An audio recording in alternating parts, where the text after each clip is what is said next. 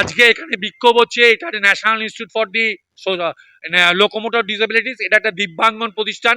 আজকে বাজেটে আমাদের অর্থমন্ত্রী ভুরি ভুরি প্রতিশ্রুতি দিয়েছেন দিব্যাঙ্গনদের ডেভেলপমেন্টের জন্য, অথচ এই ইনস্টিটিউটে আমাদের মতো যেমন সক্ষম কর্মচারী আছে, প্রায় 40% দিব্যাঙ্গন কর্মচারী আছে, তাদের পেনশনের অধিকার থেকে ভারত সরকার কেড়ে নিয়েছে।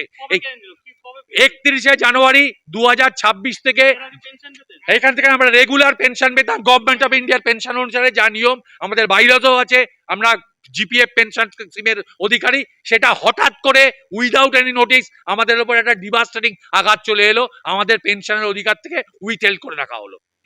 30শে জানুয়ারি জানতে পেরেছি 2026, আর 31শে জানুয়ারি 2026 ডাইরেক্টর আমাদের অফিসিয়াল নোটিশ দিয়ে জানিয়েছেন যে পেনশন উইথহেল্ড করতে উনি বাধ্য হলেন under the direction of the ministry of social justice and empowerment.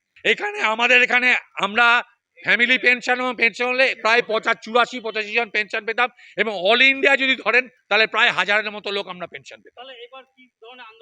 আমরা দরকার হলে আন্দোলন, আমরা অল ইন্ডিয়া স্তরে কালকে আমাদের একটা বিক্ষোভ আছে, সেখানে দিল্লিতে মন্ত্রণালয় ঘেরা আছে, কালকে আমাদের গভর্নিং কাউন্সিলের মিটিং আছে, সেখানে আমাদের প্রতিনিধি, আমাদের ডাইরেক্টর আমাদের কথা তুলে ধরবেন জয়েন্ট সেক্রেটারির সামনে।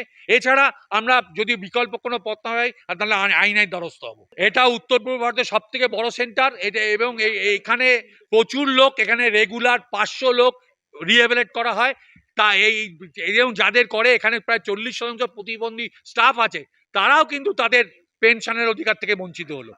এটা একটা অবর্ণনীয় আঘাত আমাদের কাছে। আমরা কাউকে বলতে লজ্জা লাগছে একজন কেন্দ্রীয় সরকারি কর্মচারী হিসেবে, যে আমার বলতে লজ্জা হচ্ছে যে আমি পেনশনের অধিকার থেকে বঞ্চিত।